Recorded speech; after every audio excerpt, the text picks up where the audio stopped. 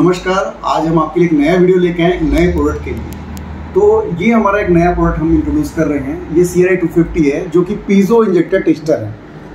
आपने काफ़ी समय से जितने भी टेक्नीशियंस हैं वो लोग काफ़ी बोल रहे थे कि पीजो में स्पेशल दिक्कत आ रही है, क्योंकि ज़रूरी नहीं है कि हर एक वर्कशॉप में एक महंगी मशीन हो। जहाँ तक बात करूँगा, हिंदुस्तान में ऑलमोस्ट 90% जो वर्कशॉप है उनके पास बहुत महंगी मशीनें नहीं है। वो नॉर्मली देसी मशीनें जो आती हैं उससे आप लोग काम कर रहे हो। जो थोड़े बहुत डीलर पॉइंट्स हैं और थोड़े बहुत जो लोग अच्छे हैं, जो जिनके पास पैसे हैं, उनके पास उन्होंने महंगी मशीन रखी हुई है जिससे वो लोग काम कर रहे हैं। बट एक छोटा व्यापारी जिसके पास मान लीजिए इंडियन मशीनें हैं, जो रिजनेबल प्राइसेस में उन्हें खरीदी और अपनी रोजी रोटी चला रहा है, तो वो नॉर्मली प्रॉब्लम आ रही है उसको डेल्फी और पीजो में। और पीजो जैसा आप जान रहे हो, इसमें काफ़ी कॉम्प्लिकेशन रहता है इसको बनाने में भी लेके, परफॉर्मेंस को लेके। तो उसके लिए कोई ना कोई सॉल्यूशन है जिससे हम लोग पता लगा लें कि क्या है। तो जैसे आप देसी मशीनों में काम करते हो पीजो को लेके, तो मशीन में तो इंजेक्टर आपका पास हो जाता है, क्योंकि उसको उससे कोई मतलब नहीं है, वो हाई करंट सप्लाई कर देता है और आपकी फायरिंग करा देता है। लेकिन जब गाड़ी की परफॉर्मेंस में बात की जाए तो वहाँ पे टोटली फेल हो जाता है। तो इसीलिए आपने देखा होगा मार्केट में काफ़ी लोगों ने नया इंजेक्टर की ओर मूव किया। बहुत लोग शोरूम को चले जाते हैं क्योंकि आप बनाने के बावजूद आपको सक्सेस नहीं मिलता है। तो आज इस मशीन के बारे में मैं डिटेल्स में आपको बताऊंगा कि इस मशीन की क्या खास बात है। तो फ्रेंड्स, जैसे हम बात कर रहे हैं पीजो के ऊपर, तो एक चीज और आपको ध्यान रखनी, जो पीजो इंजेक्टर्स होते हैं वो 150 से 200 वोल्ट के बीच में काम करते हैं। तो उतने हाई करंट में जब आपको कोई चीज मशीन के साथ आप चेक करें तो थोड़ी सी सावधानी रखिए पहले ही चेक करके। और अगर आप कार में भी कुछ काम करें तो थोड़ी सी सावधानी रखनी चाहिए। नॉर्मली हम लोग सोचते हैं 12 वोल्ट में काम हो रहा है, 24 वोल्ट में कर रहा है। वो बहुत सा डेल्फी में ऐसा होता है। जब भी आप सीमेंस की बात आएगी, पीजो की बात आएगी, तो उस समय आपको थोड़ा सा सावधानी रखनी है, क्योंकि करंट प्रोफाइल बहुत हाई है। तो चलिए मैं इस मशीन के बारे में जरा बताता हूँ, इस स्टिमुलेटर्स में क्या खास बात है और पीजो में आपको ये कैसे, ये एक छोटी सी मशीन आपको बहुत ज़्यादा योगदान देती है आपकी काम करने की टेक्निक्स के ऊपर। तो ये मैंने एक मशीन ऑन लाई हुई है, मैंने ऑन की है मशीन को। तो ये मशीन आपको स्क्रीन में दिख रही है, ठीक है। इसमें 2 नॉब्स हैं, एक ये नॉब्स हो गया ऑन ऑफ के साथ में, ये आपका मोड का नॉब हो गया। यहाँ पे हम लोग इसको देखते हैं। पहला नंबर देखिए, ब्लिंक जो कर रहा है वो रेजिस्टेंस है, मतलब पीजो इंजेक्टर के आप रेजिस्टेंस को आप चेक कर सकते हो। ये देखिए अभी सेकंड नंबर ब्लिंक कर रहा है, इसमें आप कैपेसिटेंस को चेक कर सकते हो, ठीक है। अब इसको हम लोग थर्ड में नंबर चलते हैं, इसमें इंसुलेशन को आप चेक कर सकते हो पीजो इंजेक्टर के। और ये चौथा नंबर आ गया वॉल ओपनिंग, मतलब पीजो इंजेक्टर में अगर आपने डायल गेज और उसका गेजेस लगाया हुआ है तो आप वॉल ओपनिंग तक को चेक कर सकते हो कि कितना जम कर रहा है इस करंट वैल्यू में देने के बाद, जिसके हिसाब से आप एग्जैक्ट वैल्यू पता लगा सकते हो कि परफॉर्मेंस किस प्रकार की होगी। इसके बाद हम लोग आगे बढ़ते हैं। 5वां है इंजेक्टर टेस्ट, मतलब पीजो इंजेक्टर आप बना ली हो तो आप इंजेक्टर को फ्रीक्वेंसी ड्यूटी साइकिल देके आप इसको जान सकते हो। और 6वां अपना वर्जन के बारे में बताता है कि किस वर्जन से बना हुआ है। तो मेरे पास एक इंजेक्टर है, तो मैं क्यों ना आपको कुछ प्रोफाइल बता दूं और कुछ डेटा बता दूं, है ना। तो अपन पहले इंजेक्टर को मैं कनेक्ट कर लेता हूं, फिर हम लोग कंटिन्यू करते हैं। तो फ्रेंड्स, हमने एक सीमेंस का 191 का इंजेक्टर को हमने कनेक्ट किया हुआ है। इसमें कॉर्ड में इसमें एक्सटेंशन लीड्स आती है और भी लीड्स के साथ में आती है, इससे हम काम कर सकें। तो ये मैंने कॉर्ड इसमें अटैच किया हुआ है और हम इसमें मोड 1 को मैं सेलेक्ट करके रखा हूँ। इस वक्त ब्लिंक कर रहा है, देखिए रेजिस्टेंस में, ठीक है। तो मैं कैमरे को फोकस करता हूँ इसके ऊपर। तो मोड 1 में अपने रेजिस्टेंस को हमने सेट करके रखा हुआ है। फ्रेंड्स, मैंने 191 एक कॉन्टिनेंट का इंजेक्टर मैंने इसमें अटैच करके रखा हुआ है और इसके साथ कॉर्ड्स आती है। ये अलग अलग इसमें एप्लीकेशन के हिसाब से मैं आपको बताऊँगा इस पूरे वीडियो में। तो ये मैंने कनेक्ट कर दिया है और इस वक्त देखिए 1 नंबर में जो आपका सीरियल नंबर 1 है उसमें रेजिस्टेंस टेस्ट के लिए ब्लिंक कर रहा है। तो आपको पता है सीमेंस इंजेक्टर में जो सोलेनाइट जो होती है बहुत डेल्फी की तरह नहीं है कि आपने उसमें कमांड दिया और उसमें मैग्नेटिक फील्ड हुई और उसने फिर जंप किया, तो वैसा कुछ नहीं होता है इसमें। तो इसमें वोल्टेज के हिसाब से एक वाइब्रेशंस होती है, इसके हिसाब से वो जंप करता है और उसके हिसाब से आगे काम होता है। तो मैंने आपको जैसे ही बताया कि 150 से 200 वोल्ट के बीच में सप्लाई होती है, तो उस हिसाब से रेजिस्टेंस भी इनके अलग अलग होते हैं। तो वो हम कैसे चेक करेंगे मैं इस वीडियोस में आपको बताना चाहता हूँ। तो ये मैंने रेजिस्टेंस है, इसको मैंने सेलेक्ट करने के लिए इसको बटन को दबाना है अंदर की ओर। तो ये मोड सेलेक्ट हो गया। इस जगह पे देखिए यहाँ पे 60 वोल्ट्स है, यहाँ पे आपके पैरामीटर दिए रेजिस्टेंस की वैल्यूज़ के उसमें दिया हुआ है। यहाँ पे आपको बटन को हमने सेलेक्ट करने के बाद हमको ऑन करना है, तो वो क्या करेगा, पहले उसको डिस्चार्ज करेगा फिर इसको ऑन करेगा।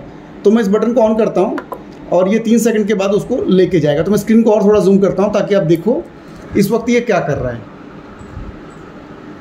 तो ये देखिए यहाँ पे इसकी वैल्यू आ रही है, देखिए रेजिस्टेंस की वैल्यू आ रही है 189.0 ये किलो ओम्स की इसकी वैल्यूज आ रही है, ठीक है।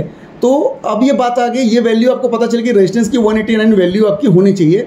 इसके ऊपर मैं आपको एक टेक्निकल आर्टिकल दूंगा कि किस हिसाब से इसने 189 बोला। एक्चुअली जब आप आर्टिकल्स पढ़ेंगे, रेफरेंस लेटर्स पढ़ेंगे, उसमें पीजो के लिए दिया हुआ है कि 160 से लेकर 220 के बीच में ये पास हो जाएगा। अगर हमने वोल्टेज में इसमें ये सप्लाई की। इसमें अब देखिए मैं इसकी वैल्यू बढ़ाना चालू करता हूँ। ये मैंने ले जाता हूँ इसको वोल्टेज इंक्रीज़ करते हुए और इसको 150 वोल्ट में सप्लाई करता हूँ। तो उस समय क्या होता है वो हम देख लेते हैं। उस समय ये 190 रेजिस्टेंस में डेवलप होता है। इस वक्त 150 वोल्ट में इसकी रेजिस्टेंस कितनी है 194, मतलब अभी भी आपकी लिमिट 160 टू 220 के बीच में। तो ये हो गया पहला टेस्ट। अब अपन सेकंड टेस्ट की ओर आगे बढ़ते हैं जो कैपेसिटेंस है। तो अब इसको मैं बैक कर लेता हूँ, ये स्टॉप कर दिया मैंने, ठीक है। अब यहाँ से मैंने इसको बैक कर लिया। अब ये टेस्ट 2 में चले गए हम लोग कैपेसिटेंस में। इसकी भी वैल्यू रिटर्न में मैं आपको दूंगा, प्लस आपको मैं रेफरेंस आर्टिकल्स बताऊंगा हमने कहाँ से ये रेफरेंस दिया। होता क्या है कि हमारे देश में मैं एक एग्जाम सिंपल बता रहा हूँ कि फॉलोअर्स बहुत होते हैं। मतलब ये है कि मैंने बोल दिया भाई 3.16 होता है, या किसी व्यक्ति विशेष ने बोल दिया 3.16, तो सारे लोग उसको फॉलो कर लेते हैं। भाई कभी भी आप किसी को भी फॉलो करें उससे रेफरेंस डॉक्यूमेंट जरूर लें कि उसने ये रेफरेंस कहाँ से लाया है, किस चैप्टर में लिखा है, उसके बाद उसको फॉलो करना चाहिए। तो कभी भी कोई भी डेटा जो होता है उसका कहीं ना कहीं ओरिजिन होता है, कहीं ना कहीं उसके पीछे थीसिस होती है, उसको जरूर आप मॉनिटरिंग कीजिए।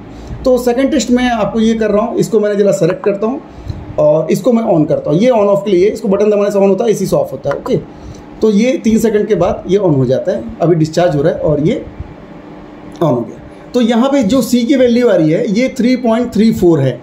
अभी आप सोच रहे हो कि इस कैपेसिटेंस का क्या है, होता क्या है, जो इंजेक्टर्स होता है ना वो कुछ समय के लिए एक एनर्जी, मतलब जो इलेक्ट्रिक एनर्जी होती है, जैसे आपने कैपेसिटर्स में सुना होगा कि वो कुछ समय के लिए स्टोर रखता है, फिर आप उसको दोनों को प्लस माइनस को जब जोड़ते हो तो चट से आवाज आती है और फिर ग्राउंड हो जाता है। ऐसा आपने पंखियों में देखा। उसी प्रकार इसमें कुछ एनर्जी को ये रखा जाता है जिसको कैपेसिटेंस बोलते हैं। ये एक लैंग्वेज है, इसके ऊपर मैं आपको ब्रीफ में बता सकता हूँ अगर आप मुझसे पूछोगे तो ये 3.34 एकदम एग्जैक्ट वैल्यू, अगर आपका इंजेक्टर परफेक्ट है तो इस वैल्यू को वो मीट करेगा, ठीक है। अब ये तीसरा टेस्ट की हम तैयारी करते हैं जो इसके आगे का, इसको मैं फिर से बैक किया और उसके बाद हम यहाँ से बैक करके तीसरे टेस्ट की आगे बढ़ते हैं। ये आ गया इंसुलेशन। अब इंसुलेशन का क्या करना है, हमको लीड चेंज करनी है, तो मुझे लीड चेंज कर लेते हैं, फिर मैं कंटिन्यू करता हूँ। तो मैं लीड को बदल देता हूँ, ये लीड लइए, पहले मैं इसके पावर को बंद कर दूँ ताकि मैं लीड को बदल सकूँ, ठीक है। तो मैं लीड चेंज करके फिर आपको कंटिन्यू करता हूँ। तो फ्रेंड्स जब ये हम इंसुलेशन टेस्ट करेंगे तो यहाँ पे देखिए एक लीड को आपको लगाना है 1 में और सेकंड वाली को ग्राउंड में लगाना है, ठीक है। उसके बाद ये करना है, मतलब दोनों लीड लगा भी मत कीजिएगा, इसमें ये सिस्टम है। तो इंसुलेशन चेक करने के लिए हम आगे बढ़ते हैं। अब यहाँ पे हम इसको ऑन ऑफ करने का बटन है इंसुलेशन का, तो ये हम करेंगे। इसकी वैल्यू को रन करने के बाद ये क्या पोजीशन बन रही है, तो ये आपकी जो पोजीशन है इसके हिसाब से देखिए, जब कम करेंगे ना तो उसके हिसाब से भी काम होता है। ये मैं आपको कम कर रहा हूँ तो इसकी वैल्यू चेंज भी होती है। तो 30 वोल्ट्स में इसकी आर की वैल्यू जो आ रही है रेजिस्टेंस की 100 इसमें आ रही है 98 पॉइंट ऑलमोस्ट उतने के आसपास में ही है। तो रेजिस्टेंस भी आपका पास है, जो इसकी एग्जैक्ट वैल्यू जो है ये इतनी होनी ही चाहिए। अब इसके थोड़ा सा हम आगे बढ़ते हैं अगले टेस्ट की ओर। इसको मैंने स्टॉप कर दिया है और अगला टेस्ट जो है वॉल ओपनिंग है। वॉल ओपनिंग मैंने बताया था, इसके लिए हमको थोड़ा सा वर्कशॉप जाना पड़ेगा, इसलिए मैं इसको अभी कंटिन्यू कर रहा हूँ। बट वॉल ओपनिंग होता क्या मैं आपको बता दे रहा हूँ कि ये जो बॉडी है सोलनेट वाली बॉडी है, इसको आपको खोल देना है और खोलने के बाद इसमें आपको निडल लगानी है और डायल गेज लगा के स्टॉप करना है। जब वॉल ओपनिंग के लिए जब आप कमांड को देंगे तो वो आपका डायल गेज जंप करे। जैसे कि आप बॉश में अपने ऑलरेडी सिम सेटिंग जब आप कर लेते हो तो ऊपर से डायल गेज लगाते हो और उसके बाद आप स्ट्रोक में देखते हो कि भाई वो कितना गैप आ रहा है। ये स्ट्रोक टेस्ट में जो करते हो सेम चीज़ इसमें भी होती है कि जब आप इसको करंट देते हैं तो कितना आगे की ओर जंप कर रहा है, उसको वॉल ओपनिंग बोलते हैं, वॉल कब खुल रहा है। तो वो चौथा टेस्ट है। और ये जो 5वां टेस्ट है इंजेक्टर टेस्ट, इसके लिए मैं फिर से वो कपलर पुराना वाले कपलर लगाता हूँ ताकि मैं 5वां वाला टेस्ट को आपको परफॉर्म कर सकूँ, क्योंकि ये तो इंसुलेशन के लिए था। तो मैं फिर से कपलर चेंज करता हूँ और फिर हम 5वां टेस्ट को करेंगे कंटिन्यू। ओके, तो फ्रेंड्स मैंने ये कपलर वापस लगा दिए हैं जिससे कि हम इंजेक्टर टेस्ट कर सकें। इसके देखिए बाकी मैंने टेस्ट आपको दिखाया, खाली आपका वॉल वाला जो मैंने आपको बताया वो शॉप में ही हो पाएगा इस वक्त, तो इस जगह पे नहीं हुआ। तो अभी अब आगे इंजेक्टर टेस्ट की। इंजेक्टर टेस्ट में हम लोग सेलेक्ट कर लेता हूँ मोड को, ये हो गया। यहाँ पे पल्स को सेट कर सकते हैं, फ्रीक्वेंसी है ना। तो अब मैं इसको ऑन करूँगा तो इंजेक्टर फायरिंग के फंक्शंस आ जाते हैं, ये देखिए। तो ओवरऑल आप सीमेंस का मतलब आप हम सीमेंस पीजो की बात करें तो ऑलमोस्ट आपकी सारी चीज़ें मिल गई एक ही छोटी मशीन में। आप मशीन से आप टेस्टिंग भी कर सकते हैं, आप रेजिस्टेंस चेक कर सकते हैं, कैपेसिटेंस कर सकते हैं, रेजिस्टेंस का हो गया, आप यहाँ की चीज़ें आ गई, आप वॉल जंप देख सकते हैं, इंजेक्टर फायरिंग कर सकते हैं। तो इसी प्रकार के सारे एप्लीकेशन को एक छोटी सी मशीन फुलफिल कर देती है।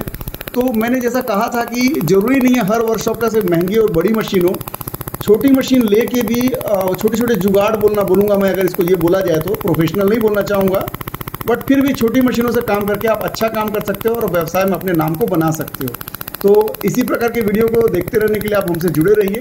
और अगर आपको किसी प्रकार के किसी डाउट्स है तो आप मुझे कमेंट्स में जरूर लिखें या मुझे व्हाट्सअप कर सकते हैं, जिससे मैं आपके सवालों का जवाब दे सकूं। धन्यवाद।